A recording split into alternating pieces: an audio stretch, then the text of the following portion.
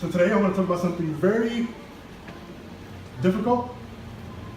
Probably this is the one word that's had me nervous for about 2 weeks because it's odd to bring because it changes the thinking of what we've been taught for such a long time. So just to get it started, just to get the uncomfortableness out of the way, the title of the sermon is Breaking Faith. Say it one more time. The title of the sermon is Breaking Faith. Now what I mean by breaking faith is not destroying faith at its core, but re-morphing it, re-conforming it to what it's designed to be. James 1:3 says, because you know that the testing of your faith produces perseverance. Every time you venture out in your life of faith, you will find something in your circumstances that from a common sense standpoint will flatly contradict your faith. But common sense is not faith, and faith is not common sense. Say that again, that's good. I'll say it one more time, Pastor Ray. But common sense is not faith, and faith is not common sense. In fact, they are as different as the natural life and the spiritual. Can you trust Jesus Christ where your common sense cannot trust him? Can you venture out with courage on the words of Jesus Christ while the realities of your common sense life continue to shout, it's all a lie? When you're on the mountaintop, it's easy to say, oh yes, I believe God can do it. But you have to come down from the mountain to the demon-possessed valley and face the realities that scoff at your Mount of Transfiguration belief. Every time my theology becomes clear to my own mind, I encounter something that contradicts it. As soon as I say, I believe God shall supply all my needs, the testing of my faith begins. You'll find it in Philippians 4:19 for those of you who are taking notes. When my strength runs dry and my vision is blinded, will I endure this trial of my faith victoriously, or will I turn back in defeat? I want to explain something about faith and building this perseverance. For many of you, when you go somewhere, when you go to a Home Depot, you go to a store, you're buying furniture or windows or dining table or chairs. When you buy something that's meant to hold weight, what do? You sit on it, you stand on it, see if it holds your weight, see if it doesn't break. You try to bend it, see if it'll take the weight, right? The thing is now, many of us confess that we have this great faith. When was the last time you tested it? When's the last time you grabbed your faith like a stick and tried to bend it to see if it would break? You see, because if you think your faith has arrived, you're in for a huge upset when you come against a trial and it breaks you. Because this whole time we assumed that our faith was at par. We assume that when God saves our marriage, it's because we were so faithful, but it's not that. We failed, but God is always faithful. It's not a level of faith that saves us, that restores us. It's because he's undying and he's unfaithful.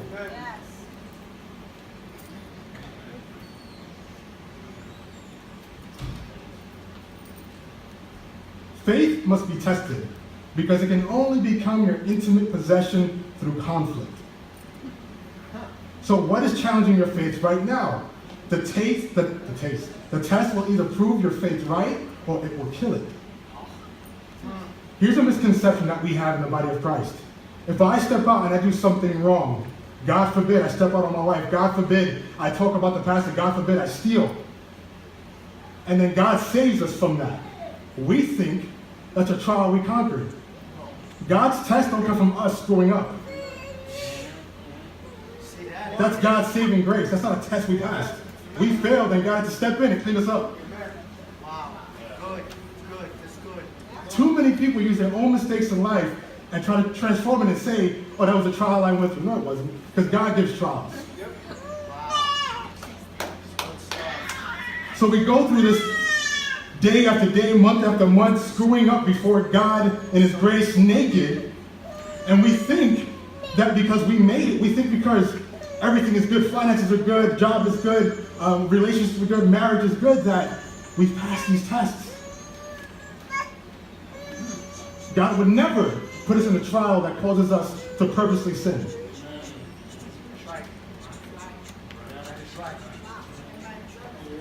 Never. So do you think that your faith is building perseverance because of that? No, it's not. It's a wake-up call. It's not doing that. saving grace. You see, trials are like Job, who was minding his business and everything he had was wiped. And to the very end, he said, I'd rather die before I curse God. Naked I came in the world, naked I go. And because God honored him, he restored everything sevenfold. That's a trial. Abraham and his son, when he said, we will return, the father of faith, that was unprovoked testing. That wasn't Abraham provoking God's hand. God tested him. And he persevered.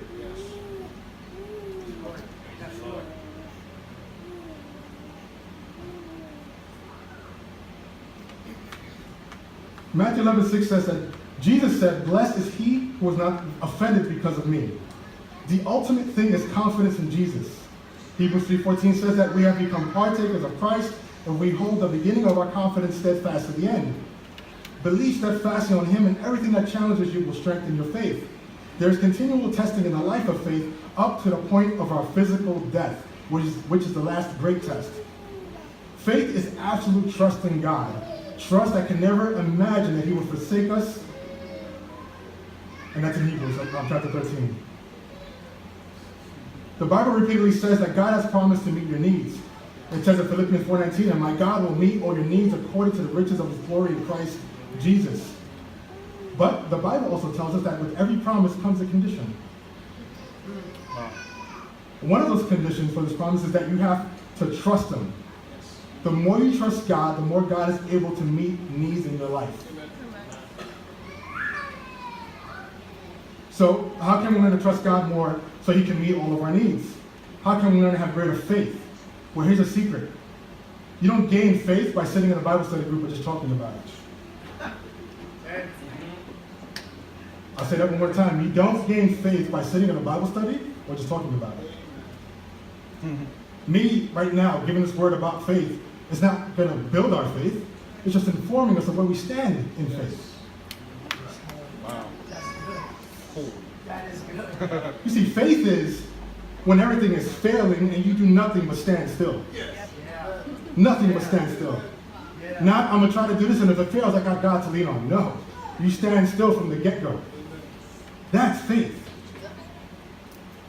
Faith is when you're at the hospital and a loved one is dying right before you, and there's no chances of them coming back. And all you do is sit there in communion with God, telling him, your will, not mine. People put so much effort. A person can be 105, 110 years old, they've lived a long, fruitful life. They'll bring an entire church to pray for this person who's dying. Instead of praying for them to live another year, pray that they're saved. Jesus. Person's 5 minutes from meeting their maker, and you're talking about one more year, they're 110. I'm not saying that to be cold-hearted or mean, but for me, at that age, I'm praying that they're saved. Amen. Amen. You see, but construed and mistaken faith says that God can raise a person from the dead because he can. But then it reflects on our own desires in our hearts when we're pushing faith for self. Now, what do I mean by that? That's good. 1 Peter 1:7 that says that these trials will show that your faith is genuine. It is being tested as fire tests and purifies gold.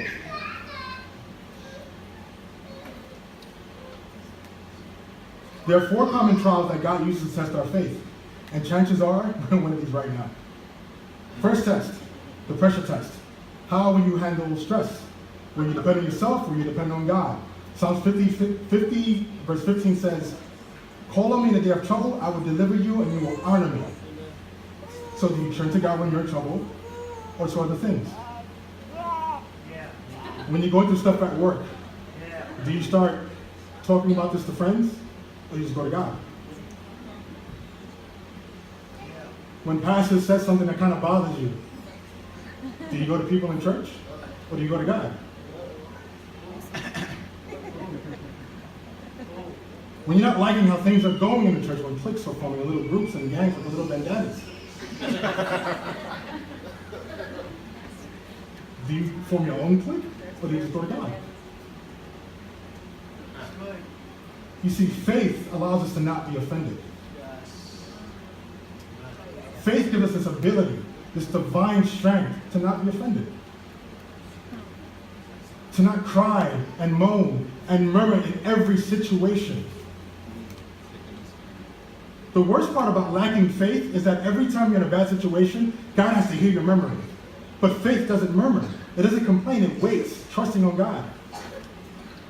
God, how come I didn't get this new job? God, how come I didn't get this house? God, how come I can't lose weight? Oh, I didn't mean for it to be funny. I'm just saying, like, we complain about so many things before God, and like a father, eventually, he's like, okay, and he'll answer it. For example, sometimes we're in job situations that we can't stand, that we don't like. The people around us are just irking our spirits day after day. And we're telling God, complaining every day, pull me out of this situation, save me, get them fired, move them. Not realizing that it's a trial. And only through that will we become stronger in faith. But God gets so annoyed after a while because we're constantly murmuring and complaining that he just moves us out. And we think it's a blessing. With a mission being undone. Wow.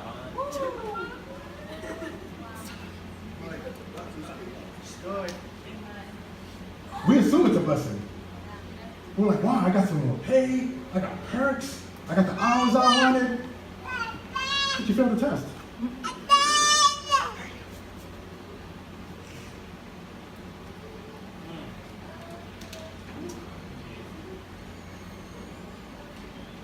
The people test. Everybody loves this, the people test. God often uses people in your life to test and stretch and develop your faith. This test asks the question, how will you handle disappointment? Life is often disappointing. Careers, marriages, and even plans don't turn out the way we planned them. But the most disappointing thing in life is people. Here's why. We get disappointed by people because we expect them to meet a need that only God himself can meet. Come on. Come on. We get disappointed over and over with people because we expect them to meet a need that only God can meet.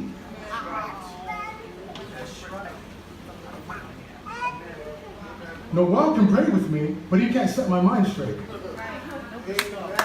Silmana can pray with me, but only God can remove my temptation. Good stuff. Good stuff. We run to people so fast because it's normal. It's a person right in front of me. Exactly. Touch and agree with her. 2 or 3, God, right? 2 or 3. Amen. But here's the thing. When they say that salvation is individual, Pastor Paulino, I said something very interesting because that's not what it's meant to be. Salvation individual means this. As a body, we have to fight together and push forward together. We are. But at the end of the day, when that trumpet sounds, it's only you and God. And you're accountable for what you did, what you passed, and what you failed. Not because, oh God, I failed that test because the one didn't want to pay with me that week.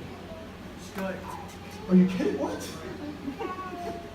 I'm curious as to see how God responds when I give him like a real, just last days of excuse. Oh, I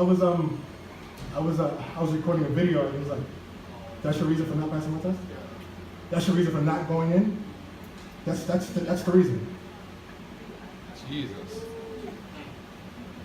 People disappoint. People are fallible. People are always surprised that people fail. When the beginning of our history starts with Adam and Eve failing. But people are like, oh no, they failed. People have been failing since the beginning. People fail. I'm not saying that you purposely want to fail, but we fail. We're fallible. We're human beings. But we get surprised and we get perplexed and we get into we believe that it's our own trial. Oh God, this must be a test because Jamel's been late 4 days in a row to work. Why is it a trial for you if he's late? How does that work your faith? How does that build it? How does that strengthen it? Are you truly saying that someone else's shortcoming is going to make you stronger? That we're designed to step on our own brothers and sisters? Oh, God has said, foolish you for depending on a human being.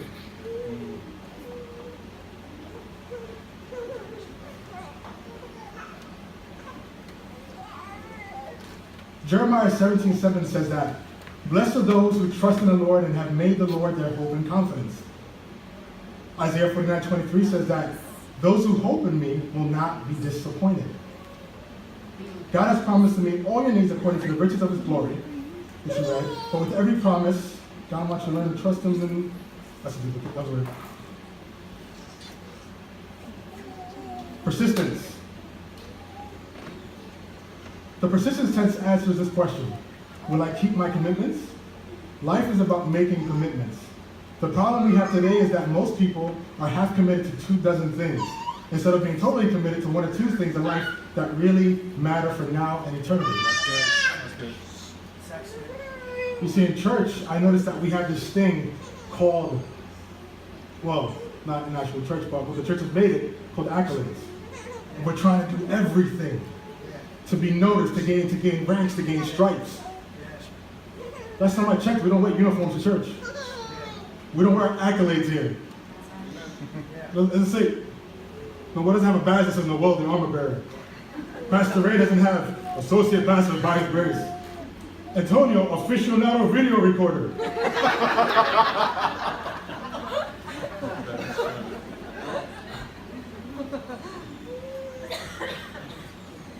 We focus on so much trying to impress, trying to be busy in God, because we feel like if we're busy in God, we won't sin, which is quite the opposite. Wow. Wow. Wow. Say that. Yeah. We try to be busybodies in church, trying to get our hands in everything and do everything because we feel like the busier we are, there's no room for us to sin, which is the biggest lie of the enemy. Because guess what happens? When your mind is going like this, sin is just jumping into that whirlpool, jumping into that whirlpool, jumping into that whirlpool. You see, when you are focused on what God has for you, and that counts for now and eternity, when God's controlling your path, that leaves no room for sin. But you want to be in everything. You want me to tie these wires? You want me to adjust this light? You want me to shine your shoes? You want me to move this bumper? Do you need water? See your body, you want me to move this left or right? You want me to connect that for you? I can change the wording. I'm really good with this stuff. I am. Just keep me busy. Just keep me busy. Keep me busy. But here's what happens. When you get home, you hit a wall. Because nothing's happening. And you don't know how to function in peace and stillness. Go ahead. I like it. You get home and you're just like,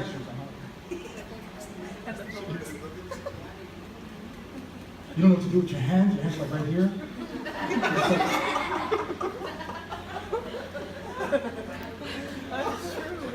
I'm trying not to laugh. I'm sorry. And I get it. Sometimes people have the purest motives.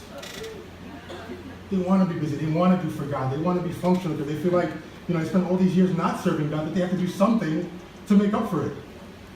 But, if they read the testimony of Jesus Christ, they realize they don't have to make up for stuff because Jesus took that all. But anyway. That's good. It's almost like a culture shock when you get home. Because your mind is so busy, you get home and there's nothing to do, but your mind can't flatline.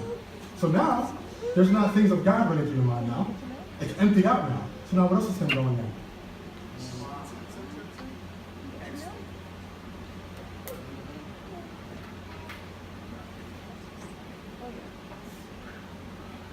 Weak people give excuses. Wise people find the time and way to do what they say they will do. That was a tongue twister. Wise people find the time and way to do what they say they will do. Do you want to be a weak person or a wise person? Again, going back to busybodies, you're doing so many things at once that you get nothing done. I was almost there. And I decided to focus on one main thing, recording videos. Because I can get it done. Not at a timely manner, I'm working on that, but I can get it done.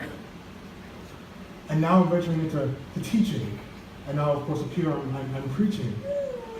But before, I felt like I had to have some type of part, some type of busyness in the body of Christ.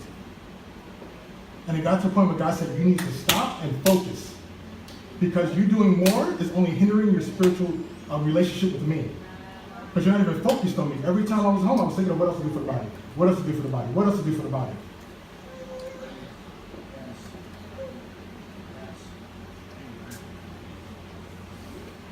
Priorities. This is the most important test, and it asks, who will be first in your life? How do you know if God is really first priority in your life? You ask yourself 3 questions. What do you think about the most? Where does your money go first? How do you spend your time? 3 questions again for those of you who are taking notes. What do you think about the most? Where does your money go first? How do you spend your time? So some of you may say, well, I'm at work. It's impossible for me to think about just God. I've got things to do. I've got to use my brain for other things except for thinking about God. Granted, God understands. When you wake up out of your bed, what's the first thing that hits your brain? Something you were watching last night?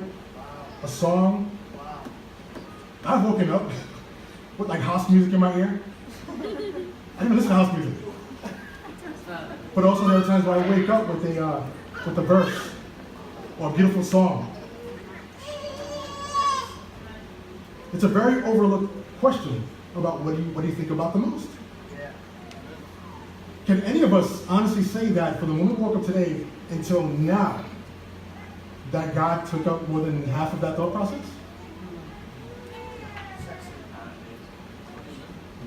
Some may say it's impossible. Like, I've learned that it's not impossible. I've learned to keep God rotating in here and then pausing if my wife or my kids need something. I'm like, okay, what do you need? Start cooking, doing whatever I need, cleaning, and then God. God. Where does your money go first? That's always one of the most painstaking things to talk about is money. Of course, people are like, why? Well, faith and money. Faith and money is one of the biggest battles there is. We don't want to give our last $20 because we don't know if God's going to supply. Come on. The minute we get our first check, or a check, we pay the bills. House gets paid first. And then we see we have tithes and extra things like that. We're going to go out, have some food money, get some sneakers, some shirts. You see, many people in here, and I believe, are faithful tithers. I believe it. I know it. But now here comes the issue. You're upset with God because you're a faithful tither. You give offering, but nothing's changing in your financial life. You're upset. You're grumpy about it. And here's why. Because you're tithing faithfully. You're giving faithfully. But that's not the first thing in your mind when you get your money. My wife knows the minute I get my paycheck, before she goes crazy with it, tithes. She's smiling because she knows it. She's smiling. Sorry, babe, love you. She knows tithes. We put it in a tin, tithes. And then, go ahead, have fun. Pay bills, if there's something extra, whatever the case may be.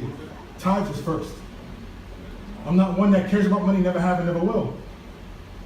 But I believe that everything in my house is to God first. 10% of everything in my house goes to God first. If I get a $50 tip from somebody, 5 is going to God. It'll be more than 5, but you know what I mean, 10%.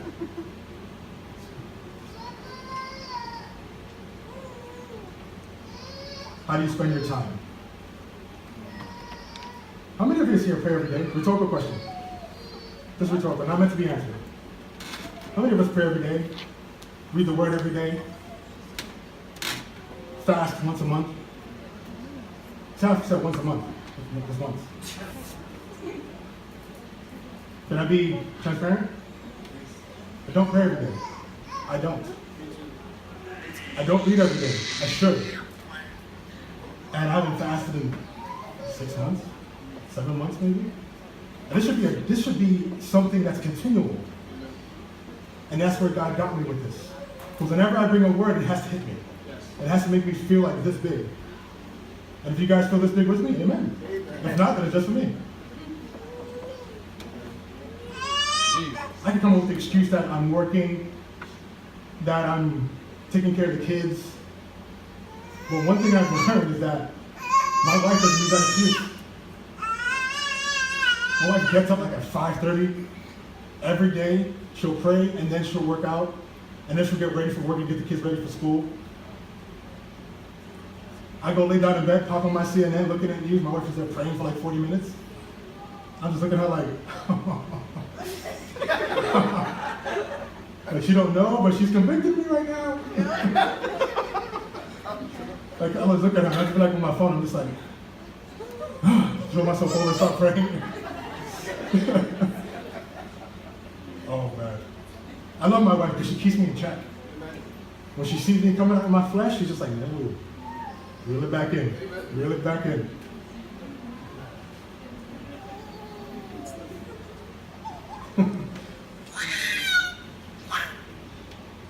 God has eternal rewards in store for you if we pass these tests. God blesses those who patiently endure testing and temptation. Afterward, they will receive the crown of life that God has promised to those who love him. James 1:12.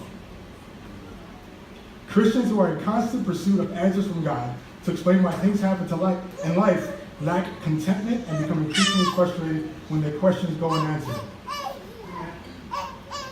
God doesn't tell us why things have happened in our life because he's testing us. He's testing to see if you will let go of control and learn to be content whether he explains it or not. We think that if I think that if I lose my job, I think that if I lose my home, my wife loses her job, or we lose our car, or whatever the case may be, that God owes me an answer. He doesn't. He's not. It's a hard thought process to adopt, but that's the truth. He's God. The problem is that we become frustrated because we ask God for an answer, he doesn't respond. He's just like, but he's testing you. He wants to see what you'll do. One of the fruits of the Spirit are what? Patience. And the underlying definition says what? It says not just waiting, but what you do while you wait. That's good. Yeah. God says that you're going to be a prophet in 5 years. Start getting into your word. Start praying. And for that waiting process, you do none of it. You just wait. It's like, well, if I don't do anything and I become a prophet in 5 years, I just won't be like a really good prophet. You know, I want to know all the word and stuff like that.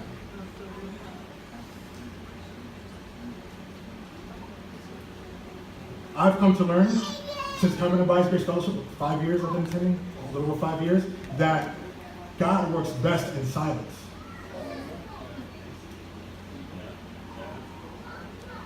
I love when God doesn't show things off, but he catches you in that silent moment. Then she starts to work there. You see, when I titled this Breaking Faith, it was very difficult. I spoke to my wife for like an hour.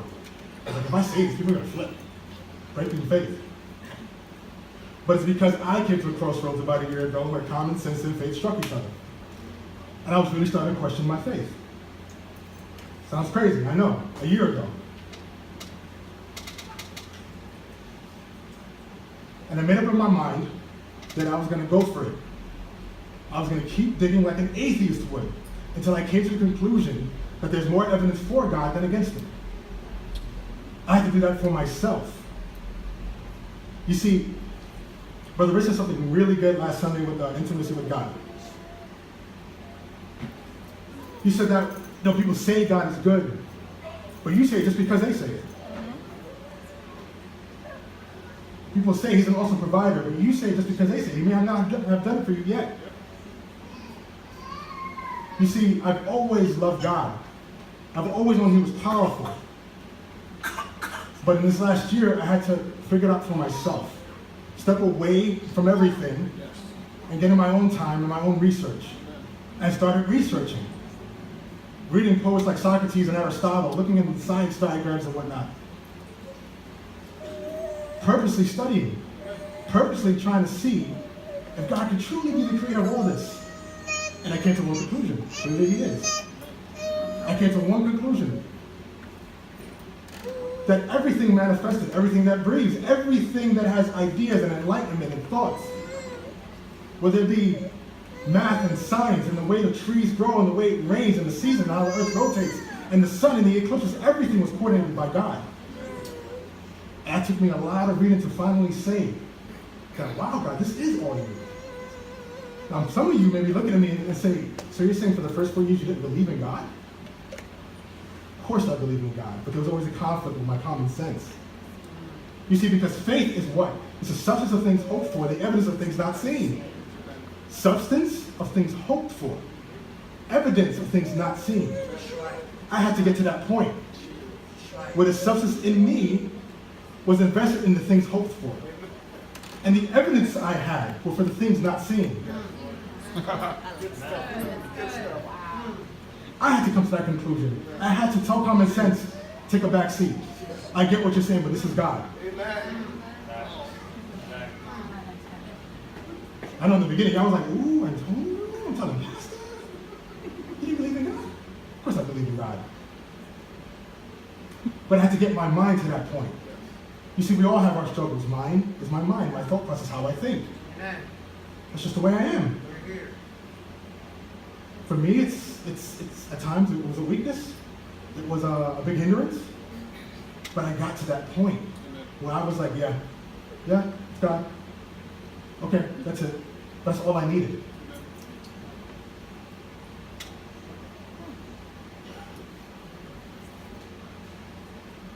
Even if God did offer an explanation, people likely wouldn't understand because his divine plan is beyond our ability to comprehend.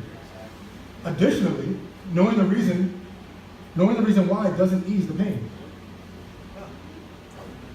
Knowing why something happens, you're right, doesn't ease the pain at times. Most of the time. I'd say all the time. If I lose my job, God forbid, one of my kids passed away at a very young age. If I ask God why and he tells me the reason, how's that going to ease my pain? It's my blood. It's my son. You know, I remember conversing with my younger brothers. We're all older now. You know, I'm 32. I'm the oldest. I'm the old fogey. And I have 5 brothers, and one brother always comes over. More lately is my brother Izzy. Some of you guys know him. No one knows him. No Hector knows him. Some of you guys know him. And he knew and he understood now that growing up, there were things I had to do to protect my brothers behind the scenes. And I couldn't tell them because it wouldn't make the situation any better. I would come home, beat up, jumped, hurt, whatever the case is. I was like, what happened? It's nothing. It doesn't make sense for me. It doesn't benefit you if I tell you. It's just going to get you angry. It's just going to make you want to lash out. So let me just go to bed. Because we know when you're from the streets, going to sleep heals everything. I just need to lay down. I'm good. I just need to lay down.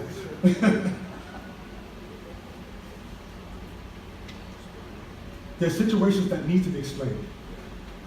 But God knows 2 things, that we won't be able to handle it. And if he does tell us, it'll just push our faith even back more. We need to be content when God just stays silent. Yes. When he doesn't answer.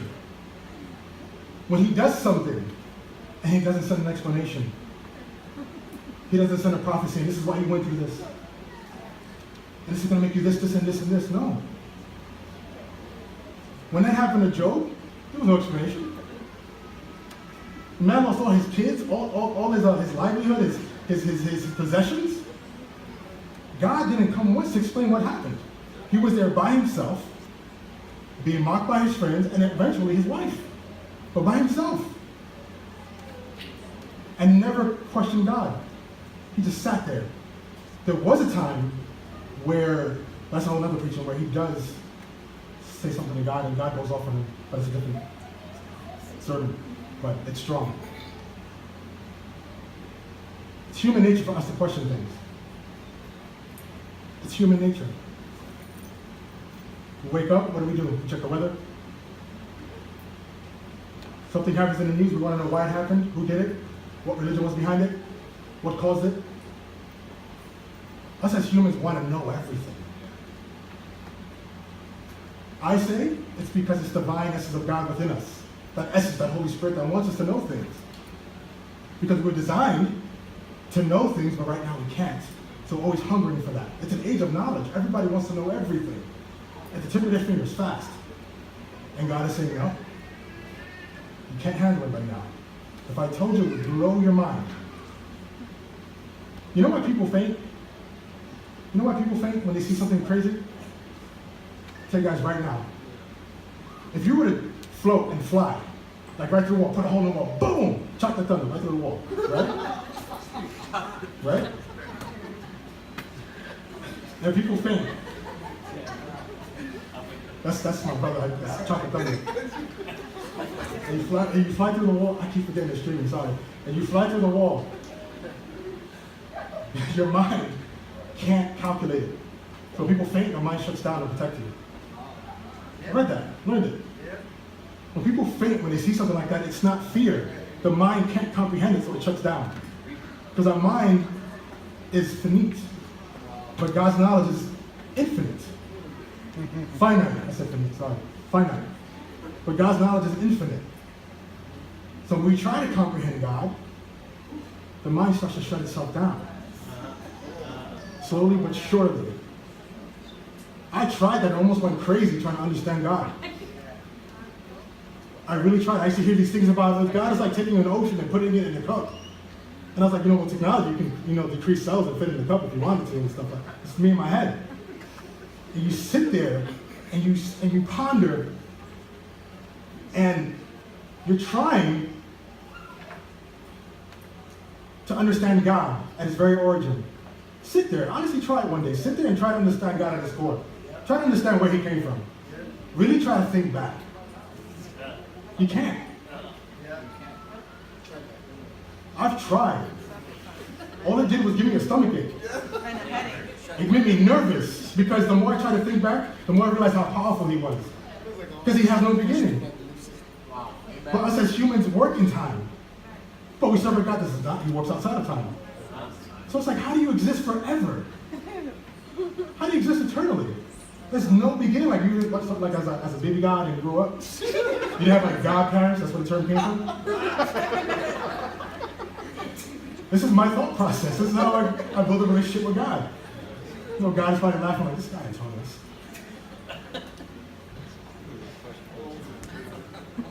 But that, I didn't really say the godparents thing. I'm sorry. Yeah. But that's where my mind went. Really trying to understand God. Trying to see where He came from. Where did He sit? What did He create before us? Where is He sitting now? Is He really above us in the atmosphere? Is the earth really His footstool? Or, like where? Like who? How did you become so powerful? And everything. I used to ask all these questions. And a lot of times no answers. God was just like, if I told you, you'd go comatose. Because your mind can't comprehend it. And your spirit will go crazy. Sorry for making you guys laugh. I can't help it.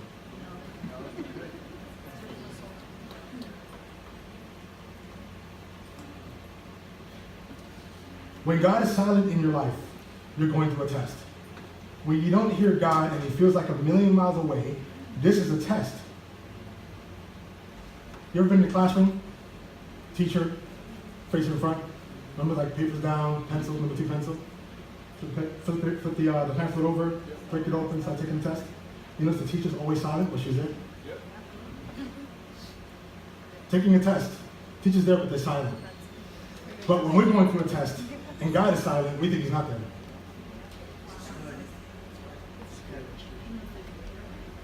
You never, all of us who've gone to school, but all of us who have gone to school, every time you've taken a test, quiet test, teacher's not speaking to you. They're not sitting there saying, hey, how's the test going? We'll never be up to it. Oh yeah? All right, stay focused, buddy. All right. You have the science section? All right, come on. 40 minutes, time test. Let's go. Teachers don't do that. They just sit there at the desk and look at you to see how you respond, to see if you try to cheat, to see if you're going to put out a little paper or look over somebody's shoulder. They just sit there and watch you to see what you do during the test.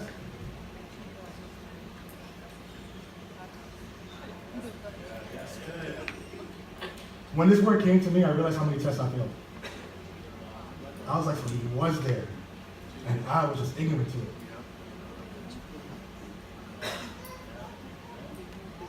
God is good.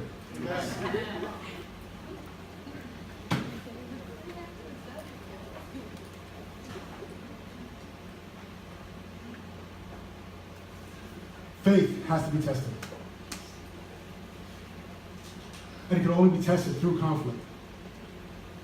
And that's one thing we're afraid of as human beings, is conflict. We want to go to a church where everything is comfortable. We want to go to a church where everything is hunky-dory.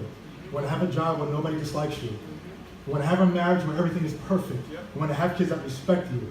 You want to have family who honors your God. You want everything perfect, but faith is only built through conflict. This bug is going to piss me off. Faith, she's trying to get closer to the blessing. Faith is faith can only be faith can only be built through conflict. It can't be built through hunky-dory weekends. It can't be built through, I had a great time with Eric at his house, we ate, we watched sports. It can't be built through a prayer service. Prayer is necessary, but what I'm saying is that faith does not come from a prayer service. It comes from the tests and trials and circumstances of God. That's the only way it comes. So here's what I want everyone to understand. Is that if you think, and I'm going to say this again, if you think that your faith is strong because of your own self-provoked circumstances and trials, it's not. Those trials come from God. That is what gives you perseverance and faith.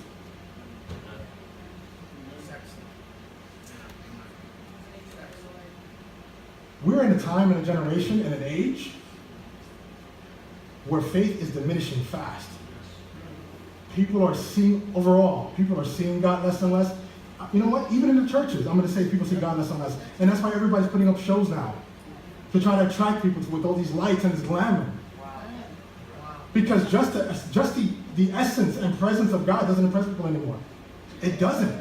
That's how everybody here can go off in tongues, and I can stand here like this.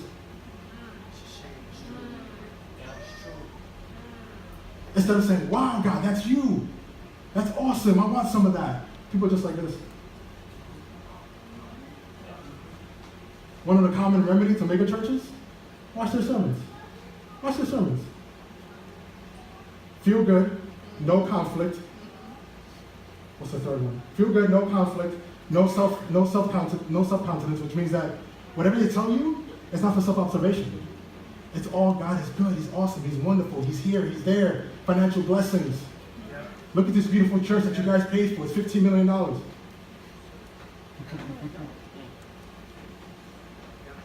Nobody wants to go through the go-through anymore.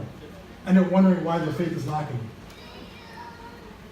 Nobody wants to suffer anymore, and they wonder why their faith is lacking. Nobody wants to trust anymore, and that's why their faith is lacking.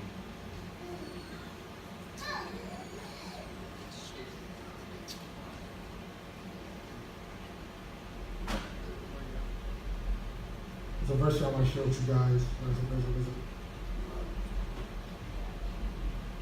Bear with me one more moment. Come on. Nope.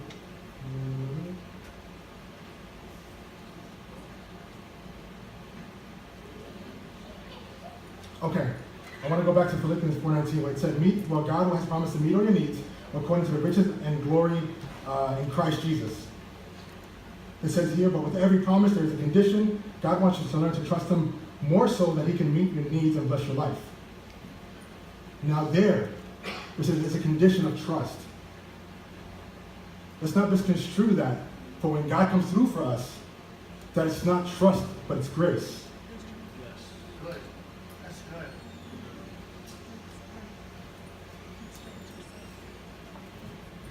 I'm gonna lock out with this statement.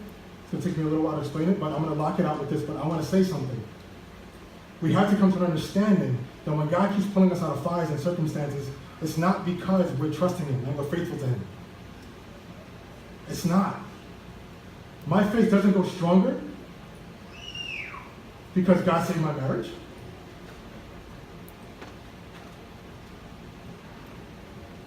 It just shows that God is faithful. That's all it shows. It doesn't show that I trust Him. It's His grace that's sufficient. Now, there's a circumstance that's unprovoked. Something happened to my kids, or a job, or something related like that I did not provoke, that I did not look for, and it happens to me. And however I receive that test and trial and come through it, that's where my faith is strengthened.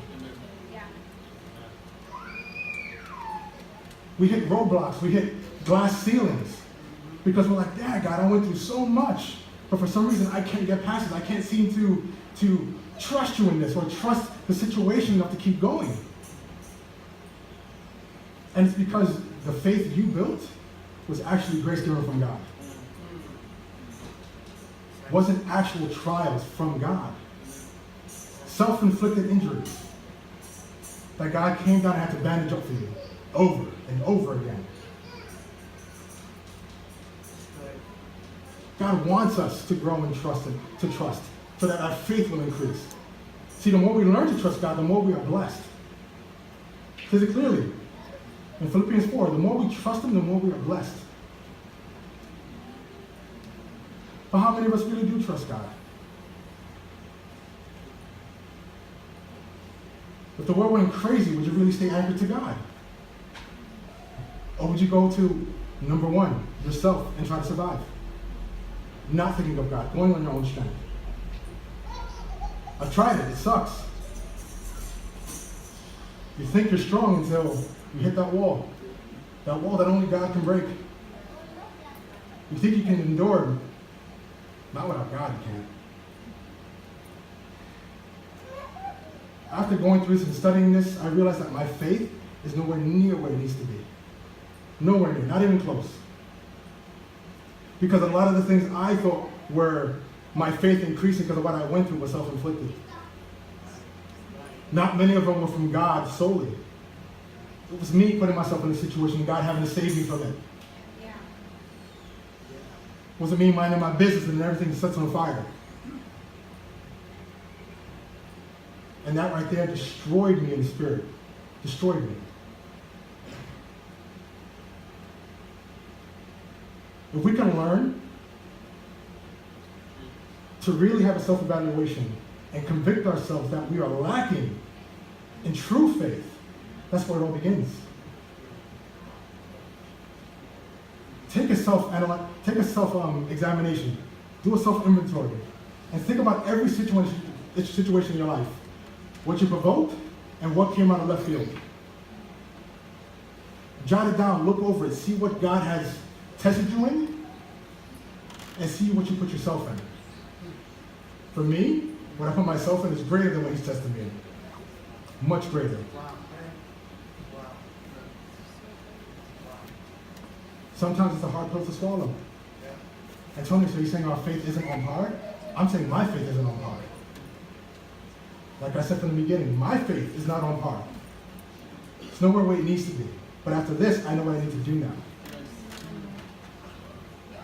And I pray and hope that each and every one of you accept that. Faith is a gift. It's an ability that the world does not understand. The world will never understand the type of faith that comes from a person who truly loves God. From a person who truly trusts in God. They don't understand that.